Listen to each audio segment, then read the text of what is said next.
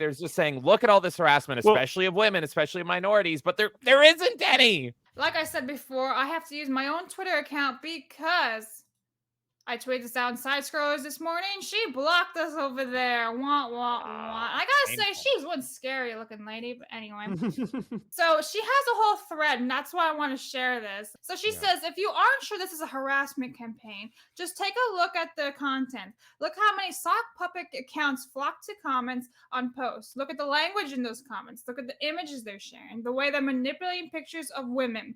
Look at how when men do speak out, and there aren't enough, I fucking see you, she says, how less intense their comments are, how little those comments focus on the way they look, how their faces aren't shoved back at them to mock. Now, mind you, she is the Kotaku author, so that's why she's related to all this. And then she continues and says, look at how they treat people of color, creators, writers, and developers.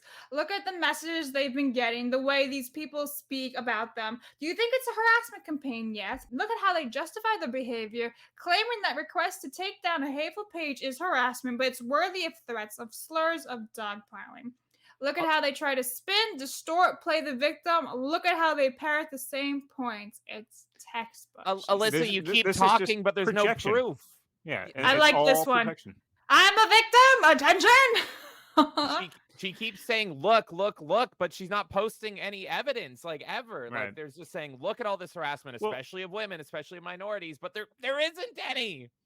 On top of that, I've seen in their threads and in the people defending it, I've seen what I view as sock puppet accounts. I've seen image manipulation of Cabrutus and anybody that's been vocal about, support of this group. I mean, there's constant harassment campaigns about people that are critical of things going on in this space, and it's ridiculous. And all I see is projection. Well, here's some more projection here. So, Alyssa Mercante got community notes. And this person, Max Kennerly, whoever the hell he is saying, look at these baloney community notes. It's just pathetic. Where they're saying there is no evidence of organized harassment campaign by the SBI detected curator or their followers.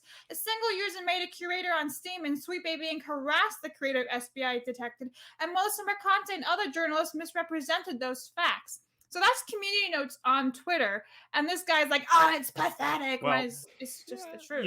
You should pay attention to who Max Kennerly is, because he is a lawyer, and I think he runs a law firm in Pennsylvania. So I'm curious. He's connected to litigationtrial.com. So I wonder if he's like kind of ambulance chasing here. Maybe. But I just love how his response like accidentally owns himself, and he's just like, look at these community notes that prove that there's no harassment going on. Absolutely pathetic. And it's like, you just owned your own side. What a great lawyer. Now, Extra Zero, you sent me this thread yesterday. Trans kids are not a threat. Leave them alone at legal minimum. Now, this guy is a Detective Pikachu producer and CLO. Well, he's also a former Bungie dev. Yes, he's ex-Bungie. Yeah. So he makes a thread off of the thread that we just read of Alyssa. This is why I'm saying I had like a million tabs, guys, because it's just like everything. So he says thread. Oh, yeah.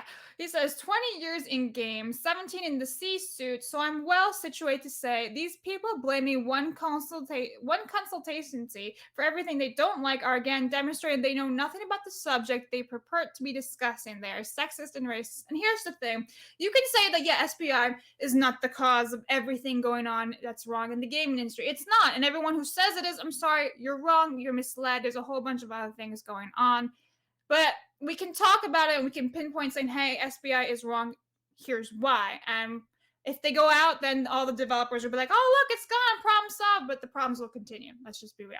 So he says, it never occurs to them that the reason nobody's made games for them was because nobody wanted to make those kinds of games. Nobody wants your money because no one wants you in their environment. Take it from someone most of whose job was figuring out ways to get rid of you.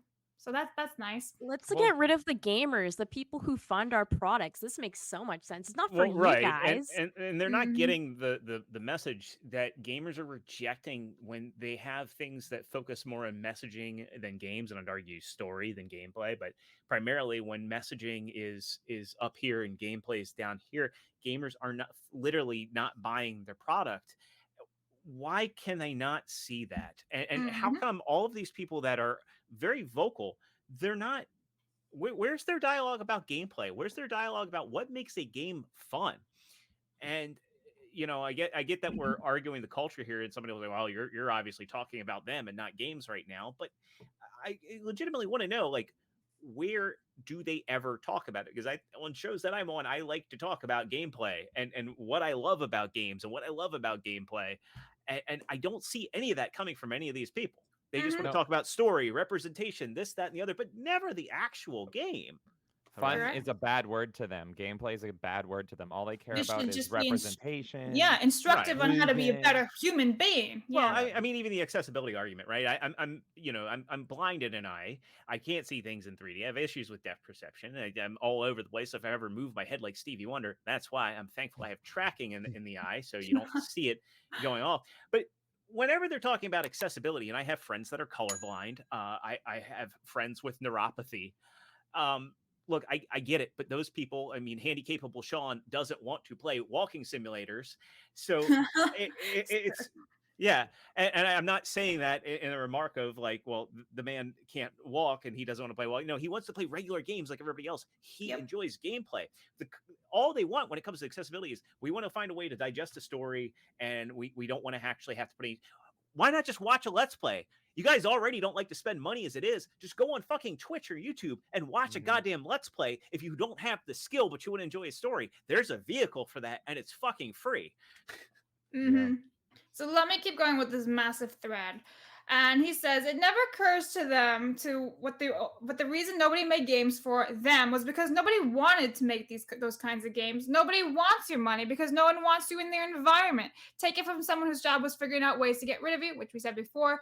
Trust and safety departments exist to get assholes out of the gaming environment. You end up creating them to get rid of assholes because adult humans don't want to spend their leisure time with assholes. You're a gamer gator? Fuck off, you goddamn child.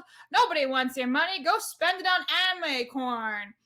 We don't want your money is the biggest lie ever. That's the whole point of creating the damn game. It's the whole point of the business. That's the whole point of a business. You don't understand business 101. You're all activists and you're all stupid, and we see it and we point and we laugh. So continue to point these people out, because dear God, I will not touch anything that this man touches. Seems like he's actually out of the gaming industry now, and now he's doing entertainment lawyer stuff.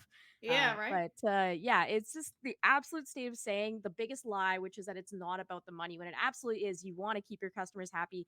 You want to make money so you can make more games. Right. Common sense. So let's keep continuing, because there's a lot in this thread. He says, by the way, if you're fucking crying about the fact that I'm telling you to eat shit, think about why you're such a person that the producer of Detective Pikachu thinks you are human garbage, and maybe work on being less shitty. So like apparently his morals, being Detective Pikachu producer and all that is, I made a Pokemon movie, therefore I'm right and you're wrong. That's literally what he's trying to justify. It's like, cope more, bro.